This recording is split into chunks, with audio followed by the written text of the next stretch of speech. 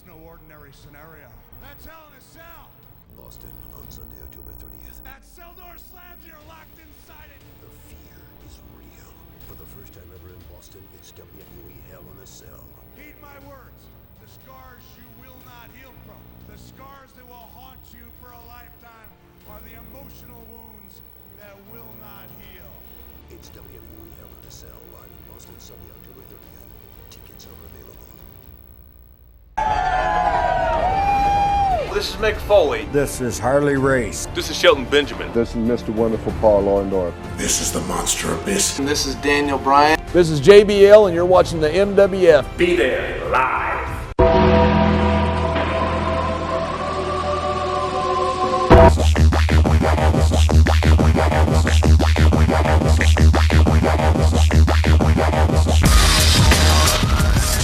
Wrestling fans, welcome back to MWF Ultra. I'm Dan Marathi. What a special guest we have with us on the telephone right now. One of the two huge guests at MWF Road to the Gold on Saturday night, June the 16th. Andrew Martin, former WWE and ECW superstar test. Thank you for joining us tonight here on Extra. My pleasure, Dan. Fans all over New England right now are talking about the big event, MWF Road to the Gold, coming to Arlington on the 16th.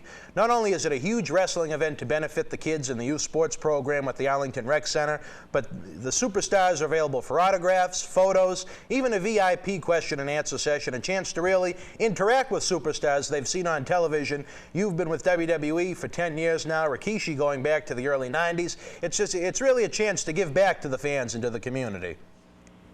Right, definitely looking forward to it.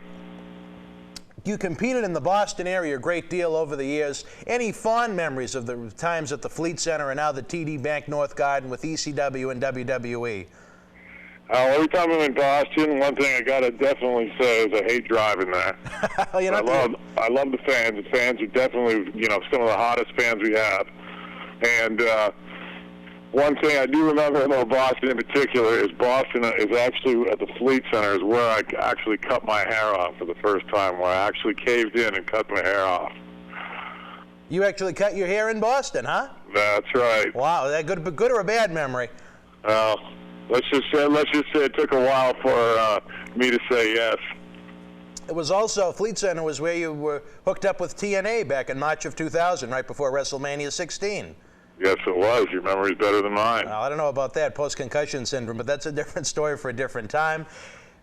Fans all over the world know you, they know Rikishi, and just how does it feel to be in a point in life where you can pick and choose now where you go, when you like to go, and just to be able to meet these fans that, in a WWE event, they can cheer and root and everything and make signs, but they really don't get a chance to speak with you and interact with you on a personal level. What is it like after these years to be able to partake in something like that? I know a lot of the legends enjoy it now, where guys like you and Rikishi are coming into that time. How does it feel?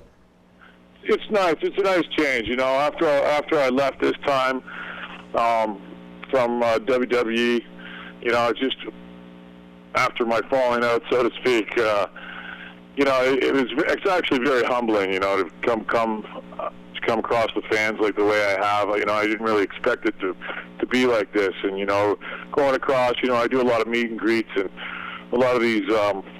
A lot of fan access things where you really get up and close and personal with the fans. It's something you don't get a chance to do a lot in WWE. You're on the road so much, and it's one match after another.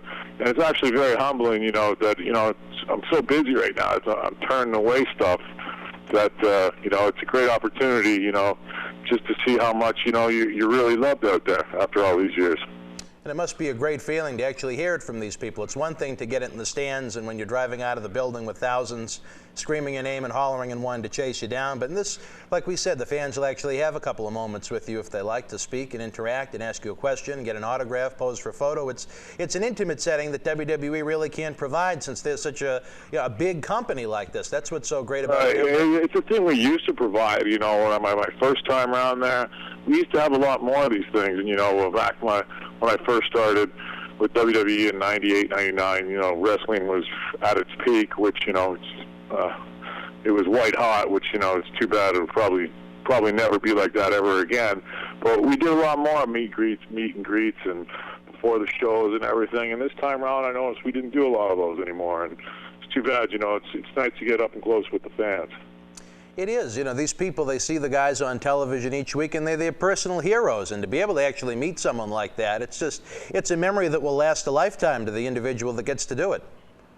That's right. You know, without the fans, I wouldn't be able to live the lifestyle I live today. And, you know, I'd like to thank them all for, you know, cheering and booing for me all those years. Unbelievable. Another question is someone that has some severe neck problems themselves. How is your broken neck doing these days? Well, I mean, it's healed. I mean, it's definitely, it was definitely something that was very hard to go through, especially since I got fired 4 weeks after my operation, and it's a year to come back from, you know, which was probably one of the toughest things I never expected, you know, to you know, actually break my neck in the ring for that company and actually be let go by that company. After breaking my neck, literally breaking my neck in the ring for them, you know, it's just something I wasn't expecting at the time. And, you know, it was a good thing that I was smart with my money, where I was able to keep myself alive for another 8 months before I could work again. Right. What a nightmare. You talk about a bad situation. It just shows how sometimes the wrestling business can be pretty cold towards people, where you give your heart and soul, give pretty much your entire life to the business, and then you're in a horrible accident like that, where you're unable to compete and you're hospitalized, having surgery with months of rehab ahead, and then you lose your job. I mean... Right. You know, I'll always remember when I was being trained down up in Calgary by Bret Hart, and I was on the road with Bad News Allen, who recently just passed away.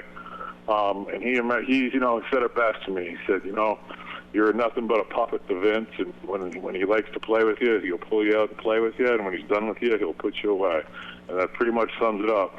It's really unfortunate. I've had some pretty bad neck problems myself, but nothing compared to an actual broken neck. And Bad News Allen, he was always pretty outspoken about some of his dealings with the WWF back in the 80s and the early 90s, so that must have provided you with a great education when you were breaking in.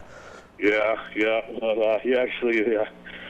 Bad News actually warmed me up to know what to expect, you know, and you know, at first, you know, they make you feel like it's a family environment, but when it comes down to it, it's just a business. I mean, if you're not bringing any money in, then you're useless to them. Right, and that's one thing that seems to have, you know, disappeared as time has gone on in wrestling, is that it was a family-like atmosphere at one time, where the boys were the boys, and they might disagree and even stab each other in the back when it came to politics, but if push came to shove, these were people that had your back and actually cared about you, and now it seems, as the years go on, there's less and less of that, and I think that's, you know, not a good thing. Yeah, it's too bad, you know, it's because I see these kids these days who, you know, when I first started with WWE, and you know, my development, just a developmental contract where I was at home a month and then was good money. And now just to see what these kids come in, you know, they have to take what they can get, because really that's the only game in town, other than, you know, TNA, which doesn't offer as many shows. But exactly. I mean, these kids just have to sit back and take it, and you know, they just don't know what they're getting themselves into, some of them. It is. It's a tough life for something that they love and enjoy so much, you know, from growing up throughout life, and then to get that opportunity. And a lot of times you find guys just have their heart broken once they actually get to the dance. Yeah, let me put it this way. You really don't know what you're getting into until you're actually there. Well, you're a Florida native now, down in the Tampa area. TNA runs bi-weekly with their TV tapings and pay-per-views. Any ambition to go to that company right now, where they really need impact players that are known on a national level to try and get the company up where it can be real competition for WWE? I like, you know, honestly, I'm, you know, friends with a lot of guys down there. I'm friends with Vince Russo, who I've always kept in touch with, and I'm friends with Jeff Jarrett, who I always kept in touch with. And when I left this time, you know, I really was just going to retire and be done for good. But, you know, the more I watch it, I really do like TNA's product. And, you know, that's just not a throw-out by me. You know, one of my reasons for leaving was a falling out with the ECW product. It just, to be honest, it just wasn't something I wanted to be a part of. It wasn't what I expected. And when I watch TNA, I really like their product compared to like a SmackDown and a ECW show. It's, you know, to me, if they could get another hour, I mean, if you get a 2-hour TNA show, they're going to be right up there. Yeah, think of all the great matches they could add. It would mean more full-time jobs for guys. It would really be a positive overall for everybody. It's something I think a lot of the fans would like to see happen. Definitely, definitely. Because even we have the 3 brands with WWF right now, with Raw, SmackDown, and ECW, there's so much similarity between the 3 that it really doesn't come off as all that different of a product, even though that's what the fans... It's the same thing. I mean, I don't notice a difference. To me, it's just... I mean, I know what Vince is trying to do is to create competition between itself, but really all you have is an A, B, and C level of wrestling to me. And, you know, I don't think it comes off as anything that, you know, it comes off as a different brand, like a WCW or the old ECW, so to speak. Right. I don't know if the wrestling fans right now would ever take it that way, unless, you know, it ever got to the point where they had different reality-type general managers to try and pick and choose talent and whatnot. But you know how that song and dance goes. I don't see that happening in the foreseeable decades. Yeah, I don't think that show's going to be run by anybody else, by one man. And it's too bad, because we've said it a lot with different guests we've had on the show. Sometimes it seems like there are more wrestling fans in this country that don't watch wrestling right now because there isn't anything they want to support than those that actually do. And I think that's crazy. But go back and look at how many fans there were in the late 90s that just loved the product. It was white hot. I mean, anywhere you went, like you would be recognized everywhere you go. And now, you know, you can just tell the difference in the product. I mean, when WCW was around and the ratings, they were winning the ratings. I mean, you know, when they would go left, Vince would go right. You know, just the opposite. I mean, Vince had something to fight for, and now it's just like everything's on coast, everything's on cruise control because, you know, there's nothing out there that he's competing with right now. And it's too bad. Like that's why I say TNA needs that extra hour. On a national level, like an 8 to 10 slot would be great. I mean, on a Monday night, how about that? They got great workers, and I mean, Vince Russo does a great job, and Dutch Mantell down there doing the booking, and Jeff. It is. It's a product that a lot of fans want to support. They have some great young talent that really hasn't made a name for themselves yet on the national scene. And, you know, what a better place to do it than on national primetime television. Then you have the Stings and the Angles that the fans have watched on TV for years and get behind. And, you know, it's a great mix of talent right now. And it's, you know, like we said, between the 3 WWE brands, it's something different for the fans to get interested in. And, you know, they have a rabid fan base, certainly in the Orlando area. I guess time will tell if they're able to branch out nationally as far as their live events go.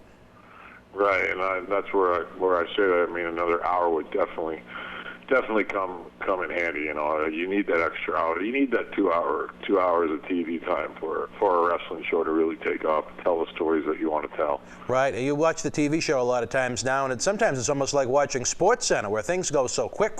It's like watching, you know, a minute or two snippet from a basketball game when they show 15 games from the night in the NBA or something like that. Right, and they've slowed it down a bit. I've noticed their main events, you know, go a little bit longer than they did before. But you know, you also got to look at the guys they have down there that, you know, don't understand. There's a lot of young guys down there that just don't understand the psychology of wrestling. Like, I mean, it's just one high spot after another. Right. And they're not telling a story. I mean, you see a guy who's taking a tornado DDT and getting right back up and running the ropes, and I just mean it just, you know, it doesn't make sense, some of it.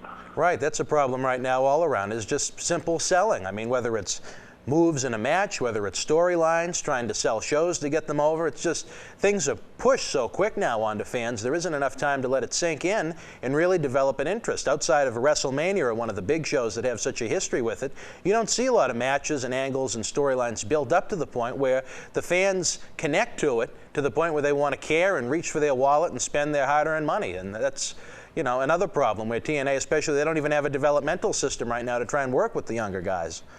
Right.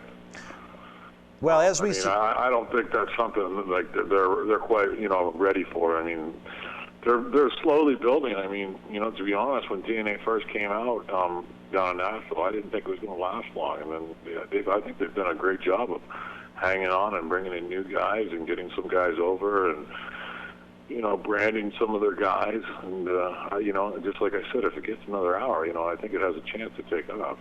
Right, they've done a fantastic job. A lot of people didn't think they were going to last a couple of months, and now here they are 5 years later now. Their anniversary pay-per-view is coming up.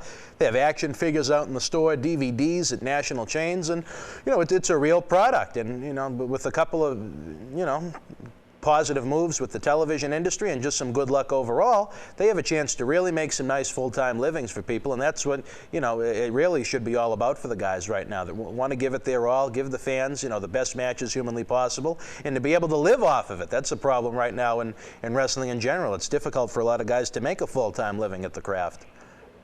Yeah, I mean, even the WWE, those some, like I said, some of those new kids are just paying bills, you know. Well, hopefully the business can cycle again, and maybe we won't see a boom era like we had in the late 90s or back in the 80s, but at least one where, you know, more wrestling fans are out to support the business again. Forget about the old sports entertainment nonsense and get back to what made wrestling so great, at least when I was growing up, and we were probably around the same age bracket, and what you enjoyed when you loved it when you were a kid, and millions of fans around the world right now that are just turned off by a lot of the comedy and the overdoing it with the women and the same people doing the same things week after week. And just slow it down a little bit and get back to the basics that made it so great at one point. I agree 100%. Well, we don't want to go too far off track. Again, fans, Saturday night, June the 16th, not only will you come out and support a great wrestling event, but you'll be helping out an athletic program, a rec department that supports over 1,000 kids in the city. In this day and age where kids turn to alcohol and drugs at such a young age, it's a positive events like this that will keep them off the street and keep them interested. Not only do you get the live wrestling, but VIP ticket holders can take part in a question and answer session with Test and the big man Rikishi. Photographs, autographs, it's a once-in-a-chance lifetime. I said that wrong. Once-in-a-lifetime chance to meet some of these great stars that you've seen on TV for years, up close and personal, and what a souvenir to bring home. Any final thoughts for the great fans in the Boston area as we prepare for Road to the Gold on June the 16th? Just looking forward to coming back to Boston. You know, it's been almost a year since I've been back to Boston, and hopefully I won't be doing any driving, and I know I won't be getting my hair cut this time. Unbelievable, fans. Again, June the 16th, it's Road to the Gold. See the big man in action himself and get a chance to meet him. It doesn't get much better than that. Andrew, thank you for joining us right now on this program. When we come back after this brief timeout, we're going to be joined by one of our favorite guests, the one and only Les Thatcher. We'll be right back.